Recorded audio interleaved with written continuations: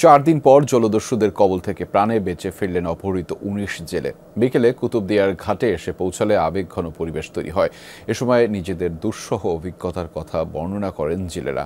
তাদের ফিরে পেয়ে খুশি পরিবারের সদস্যরাও। শ্রীলঙ্কা আবারও রপ্তানিতে শীর্ষে।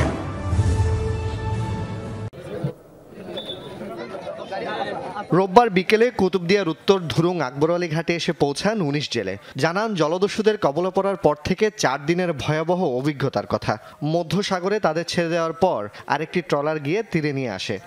বুড়োই বদরা হাইলে বুড়াইয়ে রে আর টানিয়ে মানিবে 24 ঘন্টা টানিয়ে আর গেলেন হেঁটু কথা তারা বুড়াখান যখন ভাই তারা হঠাৎ ধরে তারারে মাঝি কই আছে সে কোথায় আছে আমার আর বাইরেতে কেউ কোনো লোক আর বাইরেতে জানে বাবা তো মানে এরা ডাকে রেখে মানে যা দে তা মানে একজন করে দে এরকম করে খাইছি তাছাড়া বুঝতে পারলে মানে একজন কিসে বাইরে করে যায়। আগে থেকে ঘাটে অপেক্ষায় ছিলেন ১৯ জেলের পরিবার ও স্বজনসহ শত শত মানুষ।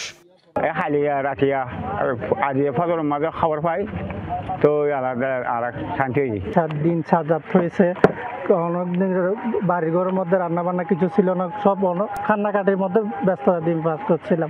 সরকারের কাছে এটা জানি জলদস্যুদের দৃষ্টান্তমূলক শাস্তি চাই যে না আর যেন মায়ের কোলকালে না হয়। সাগরে মাছ ধরতে যাওয়া জেলেদের নিরাপত্তা নিশ্চিত করার আশ্বাস দেন স্থানীয় প্রশাসন।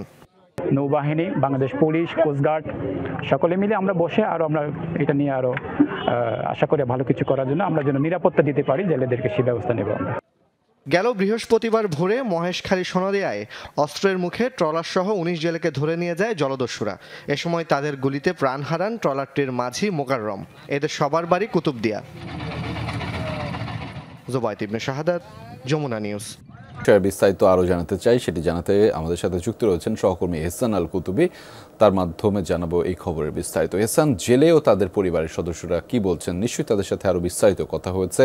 নিহত মাঝির পরিবারের পুনর্বাসনে কোনো ধরনের পদক্ষেপ এখন পর্যন্ত নেওয়া হয়েছে কিনা সেটিও জানাবেন।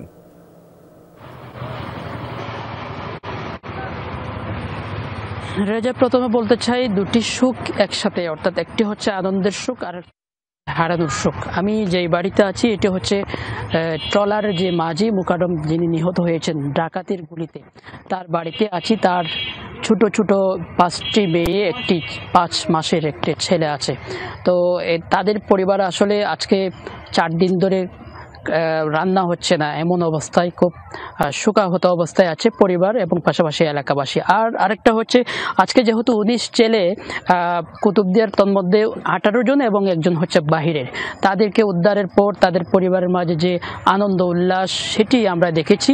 এবং ট্রলারের যে মাঝি এবং উপজেলা নির্বাহী কর্মকর্তা জেলা প্রশাসন যেটি বলছে যে মোকাররম মাঝি সহ যারা যে পরিবারে আমি আছি এই মুহূর্তে, মোকাররম মাঝি নিহত হয়েছেন তার পরিবারকে তারা সহযোগিতা করবেন এবং ট্রলার মাঝির মালিকের পক্ষ থেকেও সহযোগিতা করবেন, প্রশাসনের পক্ষ থেকেও সহযোগিতা করবেন। পাশাপাশি যারা স্থানীয়রা আছেন এই জেলে কাজের সাথে সম্পৃক্ত, তারা দাবি জানিয়েছেন যাতে সাগরে তারা নির্বিঘ্নে মাছ ধরতে যেতে পারে, জলদস্যুতা বন্ধে সরকার যাতে দ্রুত নিরাপত্তা ব্যবস্থা জোরদার করা।